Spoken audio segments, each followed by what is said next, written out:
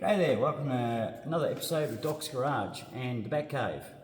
Today's edition, we're going to be doing a bit of a service on the car. Grumpy old fart next door's car. It's 100,000 kilometres, 106,000 kilometres. Don't know the real service history of it. He's owned it for a year or two and has not serviced it in the whole time that he's owned it. So no service history, so we just take it back to scratch. First things first. Oil, air, fuel, and a transmission service kit. I've already done it, don't want to bore you with the old stuff, but that looks like, can we get some good light? That looks like possibly the one from factory or quite a few Ks ago. It's got a bit of surface rust on it.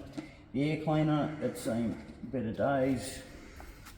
And the oil and oil filter, really toasty, stinky oil.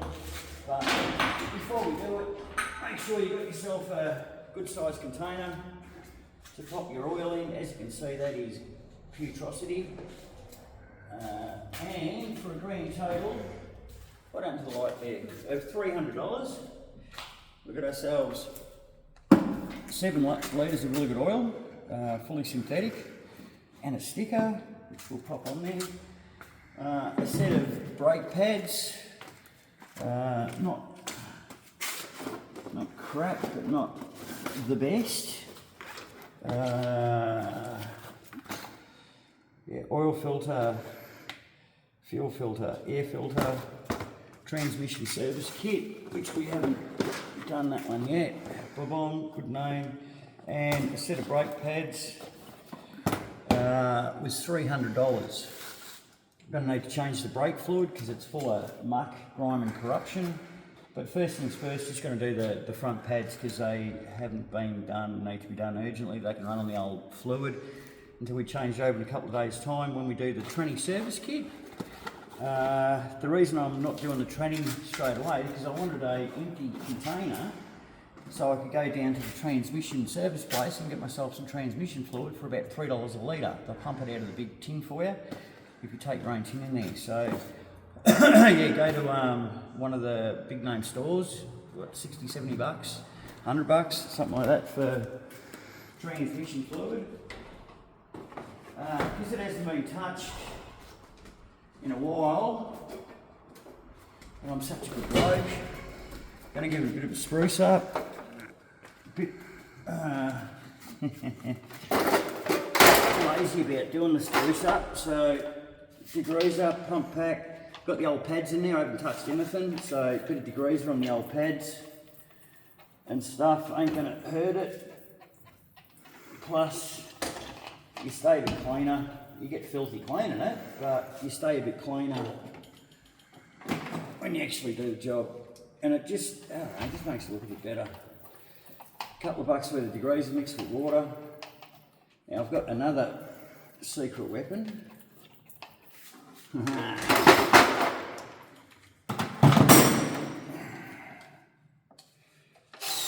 wire brush. Brings up right in the air. Anyway, it's not the right bit on there. I've got a better bit here. So I thought, while I'm changing some brakes and cleaning up the calipers, that's just surface stuff on the outside, of course. They'll need a bit of a lubricate and clean on the inside. Got an extension and a different shape, better shape brush. Haven't had a crack at this one. And it's got a clean bit on there. Change the handle around. So one against it.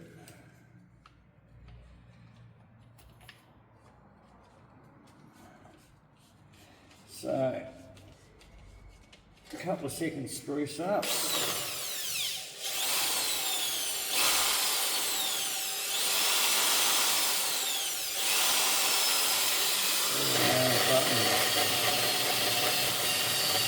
Look at that, like a new one.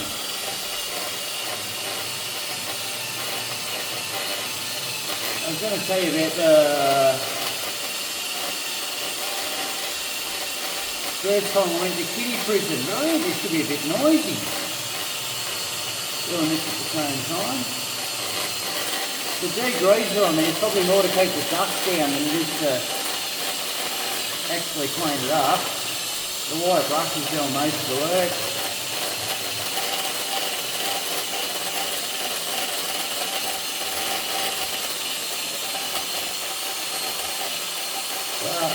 Can you hear us alright there, producer person? Nah.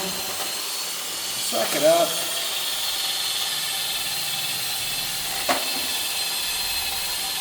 Most of the glasses on. Got to protect the papers.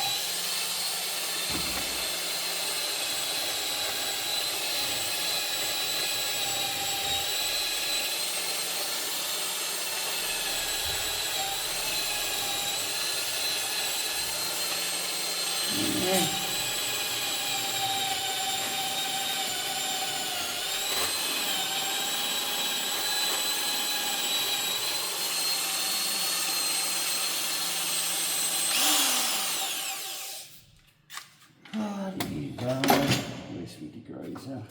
Right there in front of me. Oh. So, probably hear us a bit better now. Doesn't that look better?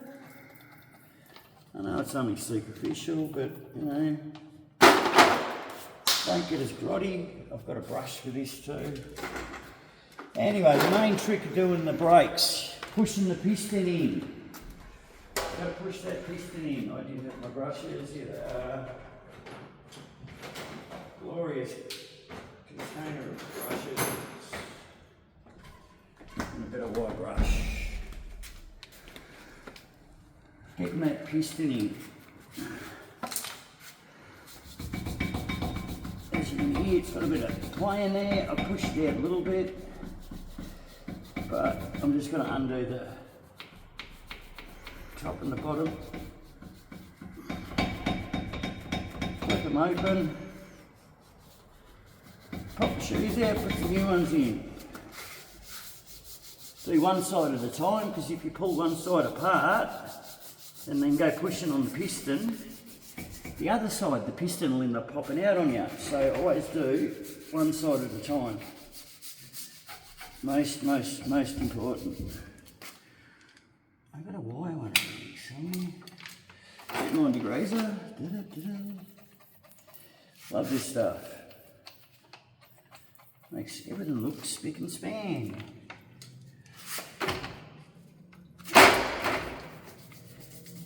And this is my partner's most dreaded tool, the toothbrush. And it's not doing a very good job in here because this stuff is too built on. But just a bit of a spruce up makes a diff. We'll get the pressure washer on order, of course. Look at that, doesn't it look bloody marvellous? Fantastic. Righto. Haven't finished. We've got some more finishing touches. Got some water.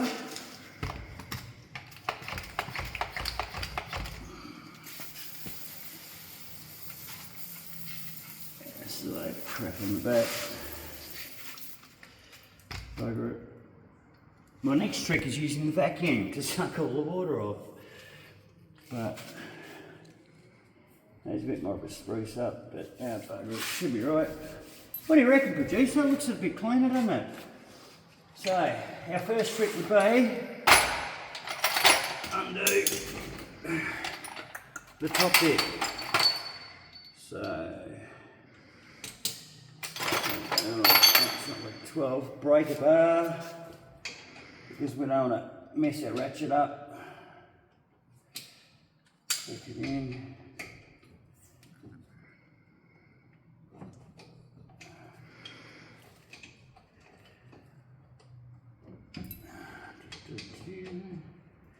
To be honest, I haven't changed a set of brake pads in years.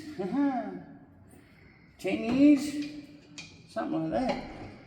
But brakes are brakes. The easiest ones of all are disc brakes. They work all on the same principle, fluid and pistons. Alright, time to get the ratchet onto it.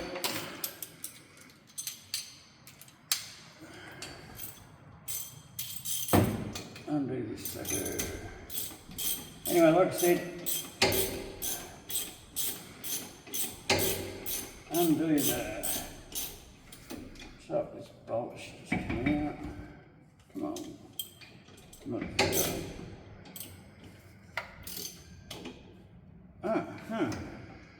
Looks like there's something I should have a spanner on.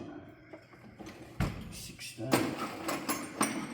I've never pulled one of these apart before, a territory, so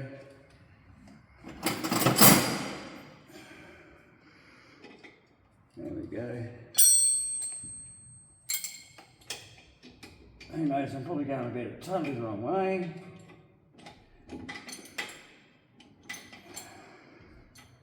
I doubt it.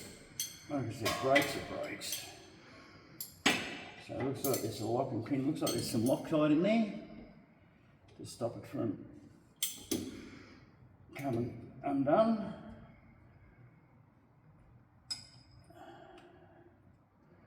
There we go. So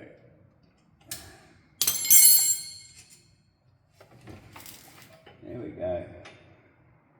Top cradle comes off. Now we've got pistons over here. If you want to come around there, Cam, first of all.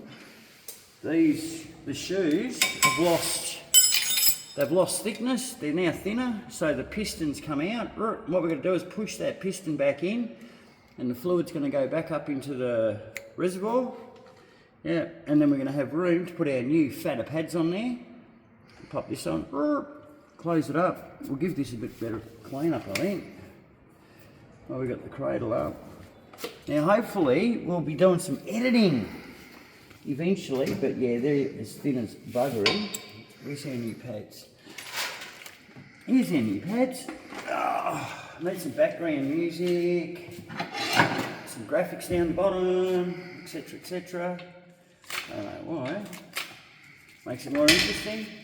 I was going to tell a story as I'm crapping on, but there's too much background noise with the drill on that. Maybe I'll give it a crack now. No, we'll just stick with the doing of the brakes. Now I've got a scan tool to reset what we're going to reset in the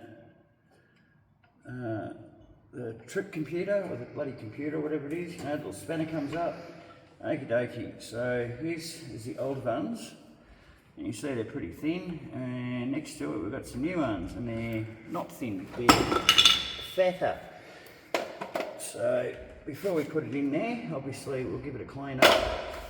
What we'll also do is give it a measure. I think these bad boys, some calipers, they're only like $30 or so. You only need to buy a set once. Normally you can get real cheapies, like $2 or whatever. These I bought these a couple of years ago. The screw fell out, there's a battery in there, but it still works manually off that crap.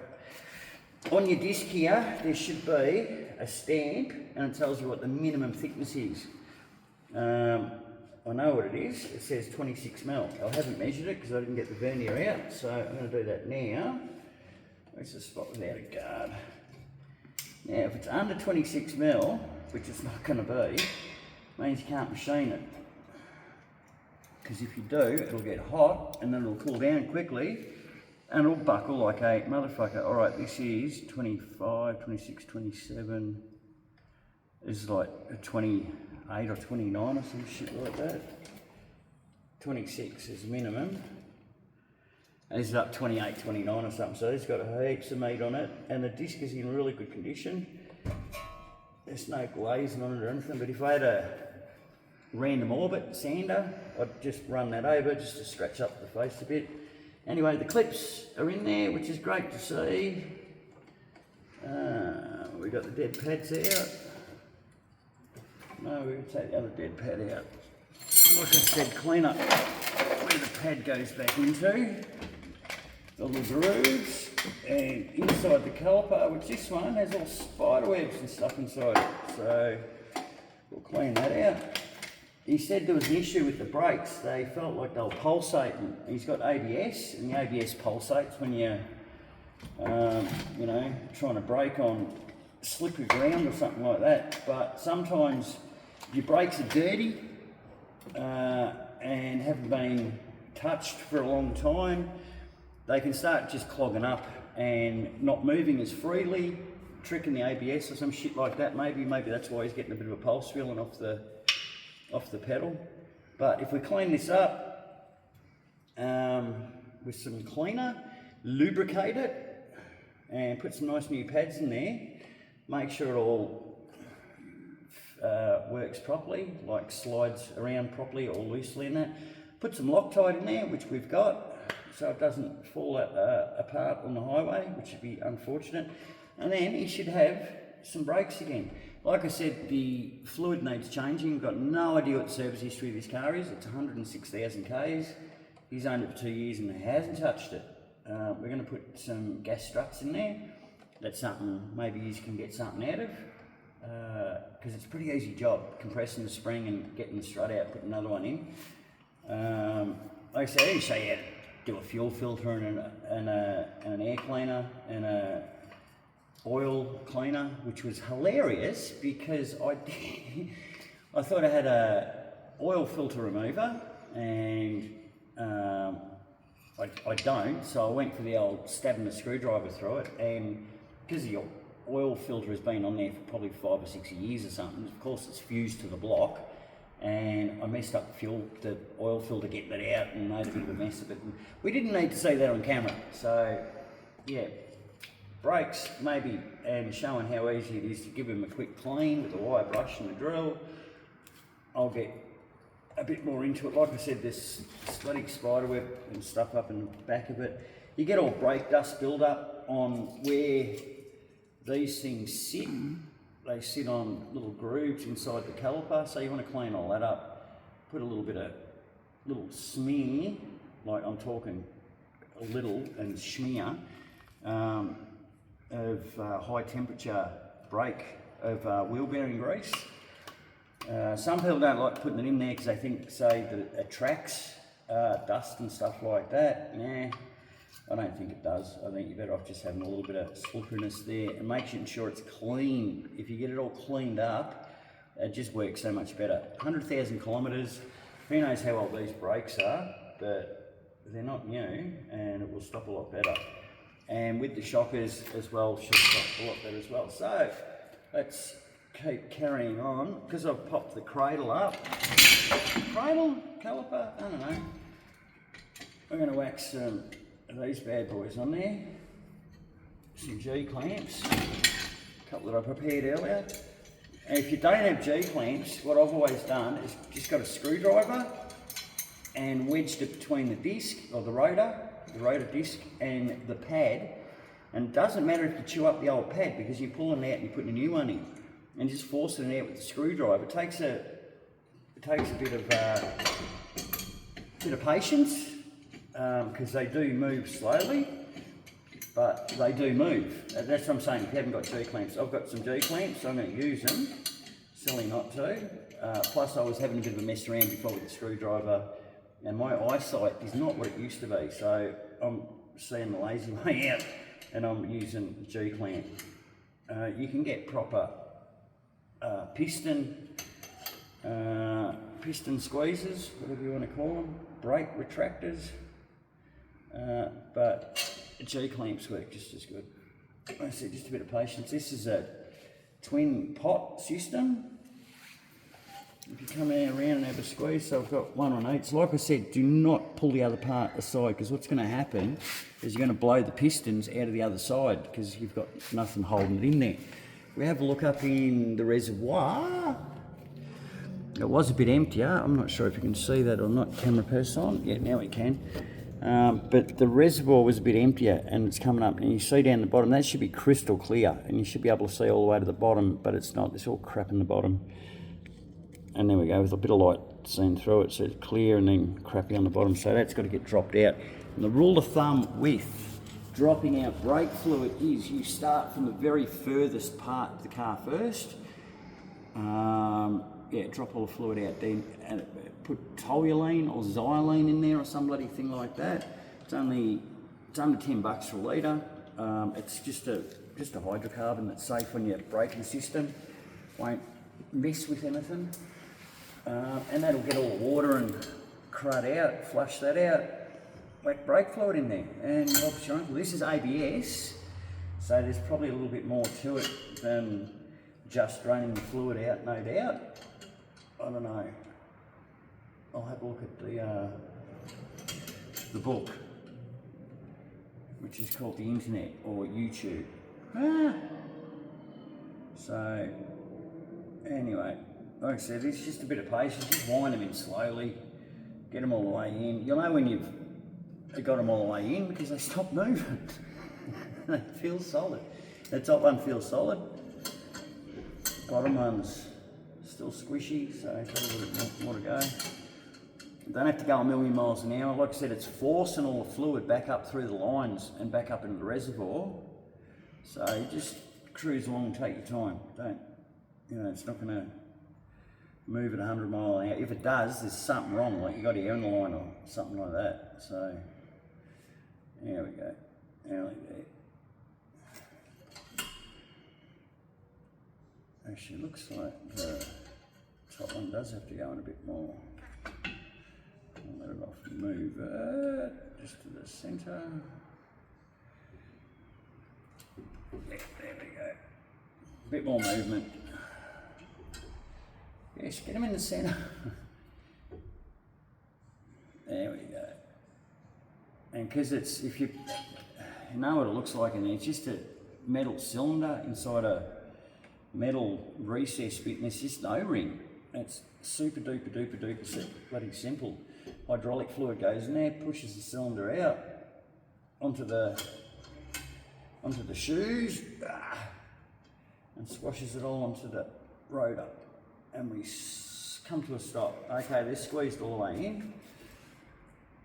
Once they're squeezed all the way in, you can let these things off and they won't pop out. I think they might creep out if you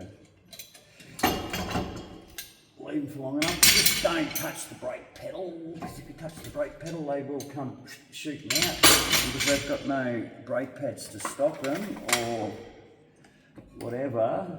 You'll end up popping the cylinders out, then you'll be spewing. So give it a clean up with my magic brushes. Degreaser, toothbrush.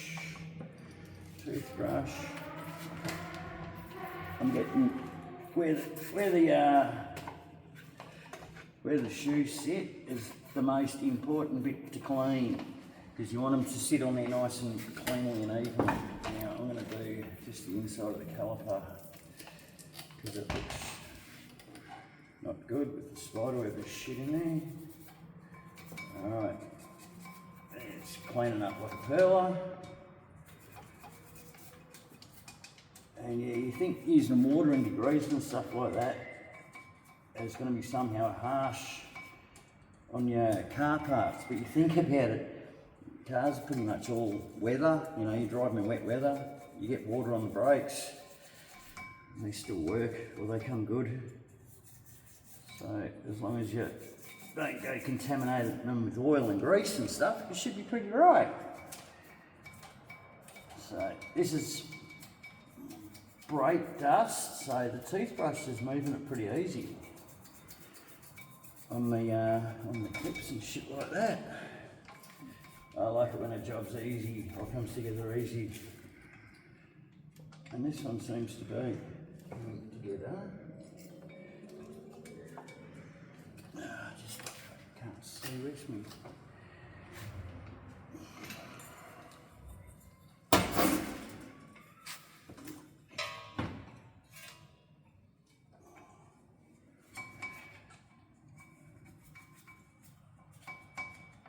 You can't see it, but I can. Just that last little bit.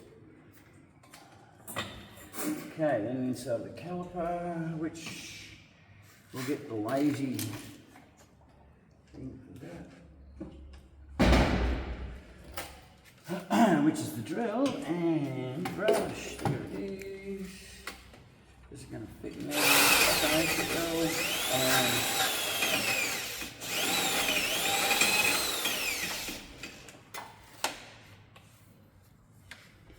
The producer person tells me we're getting close to time.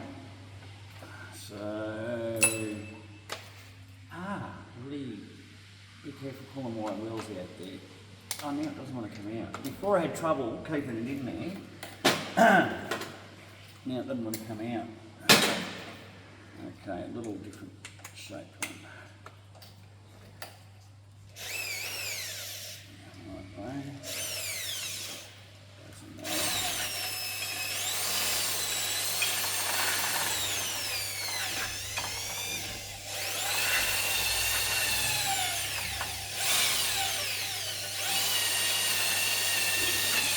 This is total overkill on the spider web.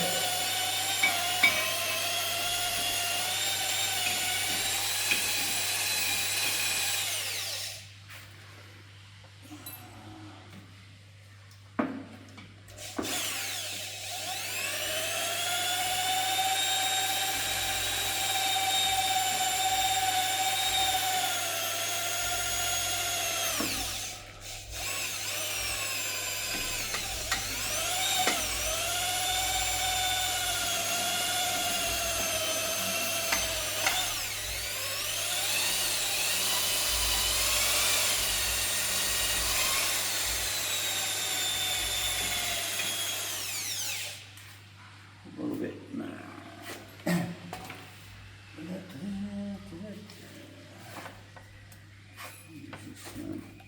Get in there. Always put your tools back where you get them from, so you know where they are next time around. I think you've been in a hurry putting it somewhere closer, but you're not.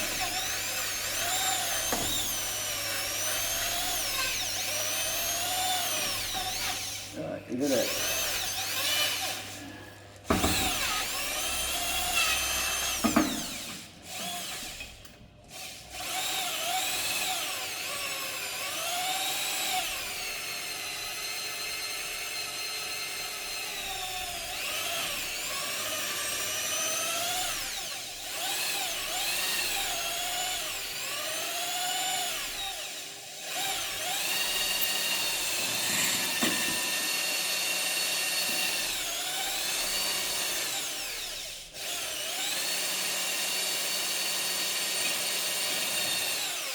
Oh yeah. Oh yeah.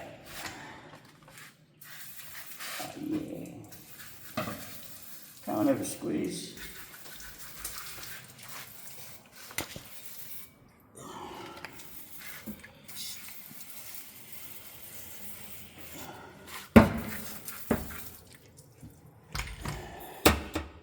Come around this way. It just looks a bit better. We got all that. So where are we going for? In there. There we go. Inside the caliper. There we go. Get rid of that dust and stuff like that. Up inside the clips. So look, there we go. It's a clip, and where the thing sits. There we go. Nice and clean. Bit of water. Doesn't matter. Like I said, I'd normally get the vacuum cleaner and suck the air out and suck the water out, but I walked down here. So, where's your okay, WD.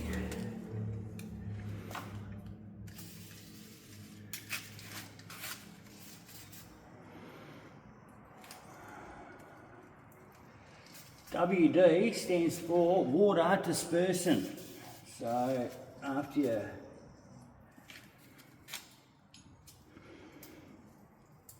got everything super wet, another good way of getting the water out is the old WD. Okay,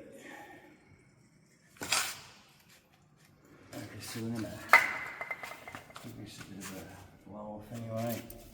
Rag. Well, it doesn't look like we're going to finish this in the allotted 30 minutes, but it's a set of brake pads. You can see what I'm up to. Give it a clean, whack the new ones in. It's going to work a lot better. Revitalise your old car. Anyway, 100,000 kilometre service. You've got to cover all the big major ones. Brakes, shockers. Look at this. So spider webs and spider webs. We've got to get rid of them. Let's say, yeah, the shockers, the brakes, things like the water pumps, valve stem seals, we'll check that out because that's a bit of a tricky one. But yeah, all right, we'll wrap it up because I'm getting told to wrap it up. Hopefully we'll get to some edited pieces and this can be all condensed in and look really professional and great. Plus you can see a bunch of other stuff that we do during the day to get to this point of our service on our neighbour's car. So there you go. Anyway, we'll catch you in the next one. Catch ya.